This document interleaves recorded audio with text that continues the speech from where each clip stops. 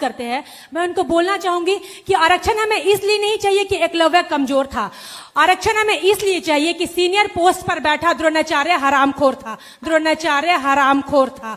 बहुत बहुत धन्यवाद। चलिए, हालांकि इस तरीके का शब्द ज्योत्सना जी ये भाषा एकदम गलत। पहले आपने बहुत गलत शब्द।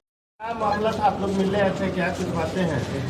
कुछ दिन पहले हम लोगों ने फेसबुक पे हम लोगों ने एक कॉन्क्लेव का ये देखा था, वीडियो देखा था, जिसमें एक महिला है ज्योत्सना केरकेट्टा, जो हमारे धर्मगुरु आदि गुरु गुरु द्रोणाचार्य को अपशब्द बोल रही है। तो हम इससे पूरे आक्रोशित हैं, क्योंकि ये हमारी संस्कृति में कहीं ये शोभा नहीं देता है। गुरु शिष्य परंपरा को आप गाली दे रहे हैं। आज हम विश्व गुरु बने हुए हैं, विश्व को हम पाठ पढ़ा रहे हैं, और हम अपने ही घर में अपने ही गुरुओं का, अपने ही गुरु शिष्य परंपरा को गाली दे रहे हैं। कहाँ से उचित है? और उन्होंने सिर्फ द्रोणाचार्य को ही गाली नहीं दिया, उस सारे गुरुओं को गाली दिया जो किसी न किसी रूप में प्रोफेशनल है, गुरु के रूप में देश को गढ़ रहे हैं, शिक्षा को दे रहे हैं, सिखा रहे हैं। और साथ ही उस एकलव्य को भी गाली दिया, उनके समर्पण को भी गाली दिया, जिसके चलते आज वो एकलव्य हैं और गुरु द्रोणाचार्य हैं। थाने मामला दर्ज हुआ, क्या कुछ आगे अभी आप लोग मिले हैं, उसमें क्या बातें बनी? नहीं, साइबर थाने में हमने मामला दर्ज किया है, क्योंकि ये मामला साइबर थाना का है। तो अभी तक हमारे पास प्रशासन द्वारा कुछ भी इस पर नहीं किया गया है, जिसकी वजह से आज हम सिटी एसपी सर से मिले हैं। और आगे अगर नहीं करवाई तो हम लोग आगे और भी इस पर आंदोलन छेड़ेंगे और आगे भी जाएंगे, क्योंकि पूरा समाज आक्रोशित है। ये कोई एक समुदाय, किसी एक धर्म की बात नहीं है। अभी 2-3 दिन पहले आपने देखा होगा, हमारे साथ कुछ मुस्लिम समुदाय के भी लोग हैं, जो एसटी समुदाय के भी लोग हैं। सभी का माने गलत मतलब गलत। एक ये नहीं है कि किसी धर्म या समुदाय से सिर्फ आपको जोड़ रहे हैं, लेकिन गलत अपशब्द सार्वजनिक मंच पे बैठ के किसी गुरु को, किसी धर्म को, किसी समुदाय को आप गाली दे रहे हैं, ये कहाँ से शोभनीय है? ये तो हमारे देश में हमारा नाम कुमुद झा है और हम लोग समाज सेवी हैं। मेरे साथ सभी अलग अलग विभिन्न संगठनों से जुड़े हुए लोग हैं इसमें। जी, आपने देखा होगा बीते गत दिनों में ज्योत्सना केरकेट्टा द्वारा गुरु द्रोणाचार्य को खुले मंच से गाली दिया गया था, और गुरु द्रोणाचार्य के नाम से आज खिलाड़ियों के कोच को, जो कि खिलाड़ी के गुरु होते हैं, उनको राष्ट्रीय पुरस्कार दिया जाता है। तो उन्होंने राष्ट्र के प्रति भी, राष्ट्र का भी अपमान किया है। उनके मन में राष्ट्र के प्रति भी कोई सम्मान नहीं है। और कुछ दिनों से उनका कहीं स्टेटमेंट आ रहा है, उनका कहना है कि एक एफआईआर होने से क्या होता है, ये प्रक्रिया मेरी चलते रहेगी और हम जिसको मन करेगा उसको गाली देंगे।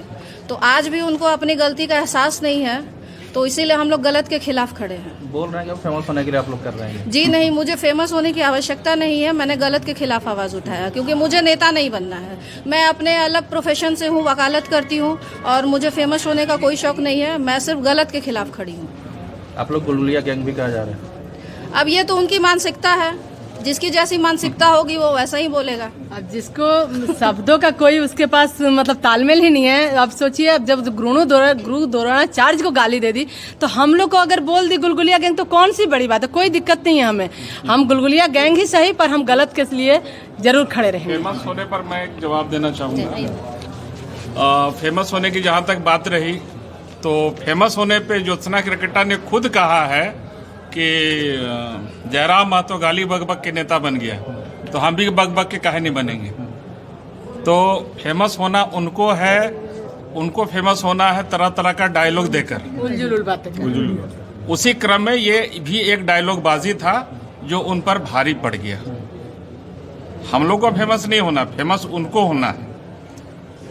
ज्योति जी ने माफी भी मांग ली है। माफी भी मांगी है, तो आपने देखा होगा उनका माफीनामा वो प्रॉपर तरीके से नहीं है।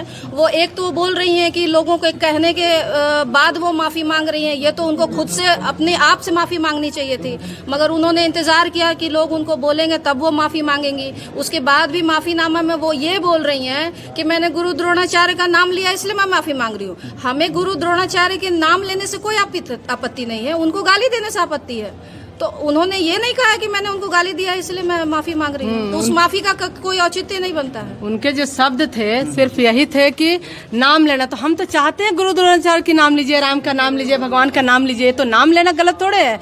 आप ये कहेंगी ना कि हमने अपशब्द जो इस्तेमाल किया उसके लिए माफी मांगते हैं, और दोबारा हम इस तरह किसी के लिए भी कोई अपशब्द इस्तेमाल नहीं करेंगे। ये माफी हमें चाहिए, वो माफी स्वीकार हो सकती है। सिटी एसपी सर ने बोला हम इस पर आगे कार्रवाई करेंगे और हमें विश्वास भी है। अगर फिर भी नहीं होती है तो आप जान रहे हैं कि पूरा समाज आंदोलन करेगा, पूरा समाज आक्रोशित है, क्योंकि गलत कोई समाज बर्दाश्त नहीं करता, किसी को गाली कोई बर्दाश्त नहीं कर सकता, और हम तो बिल्कुल बर्दाश्त नहीं करेंगे।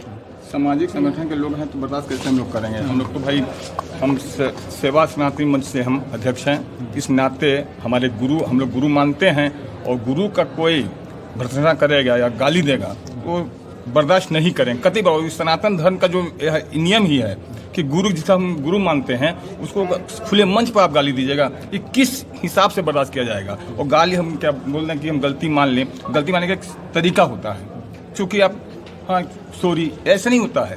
सनातन धर्म के हिसाब से आप माफ़ी मांगने का एक तरीका होता है। मंच जिस खुले मंच पर आप बोली हैं उस खुले मंच पर आप जाके बोलिए कि नहीं हमसे भूल हुई है, जो हम सबों के गुरु हैं उनको हम इस शब्द बोले हैं, इसके लिए हम माफ़ी मांगते हैं, मुझे माफ़ किया जाए, ये माफ़ी स्वीकार होगा।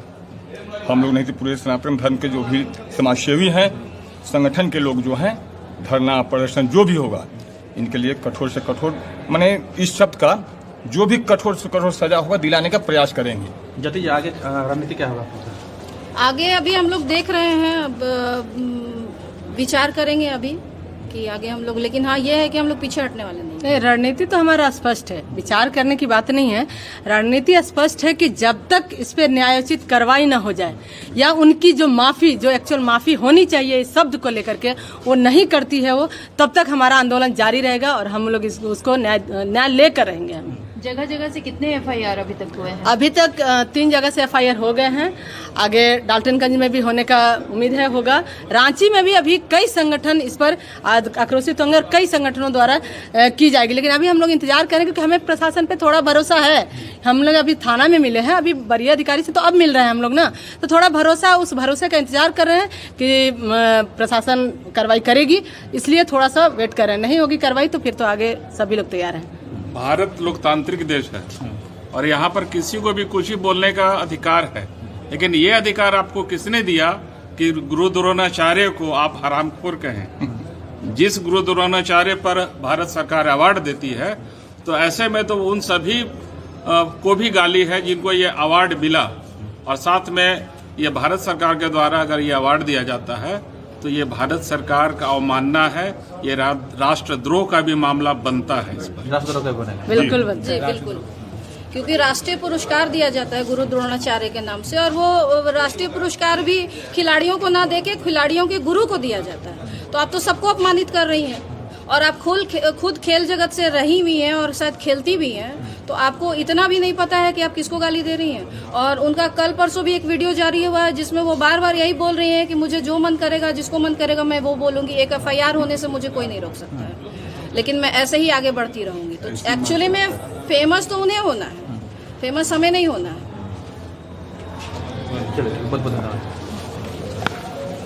बात करना चाहूंगी, मेरा किसी धर्म समुदाय को ठेस पहुंचाना मेरा कार्य नहीं है, मैं किसी धर्म समुदाय को ठेस पहुंचाना नहीं चाहती हूँ, और मेरा बस यही है कि हम सब मिलकर रहें, क्योंकि आप उच्च समाज के चाहे नीच समाज के, हम सभी इंसान हैं। आपका भी खून का रंग लाल है, हमारा खून का रंग भी लाल है, तो सभी एक सामान्य अवस्था पर रहे और किसी को भी छोटी जात या नीची जात या फिर ऐसे करके ना बोले। मेरा कहना बस वो है कि आप किसी को छोटा मत समझिए आप, क्योंकि हम लोग को उभरने में जो भी दलित समाज से हैं, हम लोग के ऊपर बहुत शोषण हुआ 3000 साल तक, और 3000 साल का भरपाई आपका 78 साल नहीं कर सकता है, इसलिए हम लोग को आरक्षण दिया गया है। तो जो जैसे हमने संविधान बनाया है उसको बनाए रहने दीजिए। और मैंने गुरु द्रोण का नाम लिया, उसके लिए मैं क्षमा प्राप्ति हूँ, मैं माफी मांगती हूँ, क्योंकि उनके जगह पे और कोई भी हो सकता है। मैंने उनको बोला है कि समाज के जो भी जातिगत और सामाजिक को लेकर छोटे लोगों पर शोषण करते हैं, मैं वो हटाना चाहती हूँ। जो जातिगत भेदभावना अभी भी हमारे साथ होता है या दलित समुदाय के साथ होता है, मैं वो हटाना चाहती हूँ, और मैंने उसी पे बात किया है।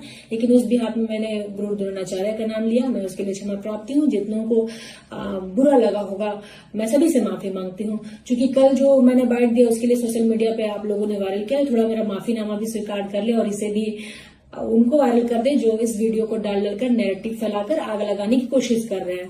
तो ये माफीनामा भी उन तक पहुंचा दीजिए, और बहुत बहुत धन्यवाद देती हूँ, क्योंकि सभी ने मेरा साथ दिया है। अभी तक के जितने भी 6 महीने के सफर में सभी समुदाय के लोगों ने मेरा साथ दिया है, और उस बिहाफ में अगर किसी को भी मेरी ये द्रोणाचार्य, गुरु द्रोणाचार्य के बारे में मतलब उनका नाम लिया मैंने, उसके लिए थोड़ा भी तकलीफ हुआ होगा तो मैं पुनः माफी मांगती हूँ। और बहुत बहुत धन्यवाद फॉलो ऐप की टीम को कि उन्होंने अपने बात रखने का मौका दिया।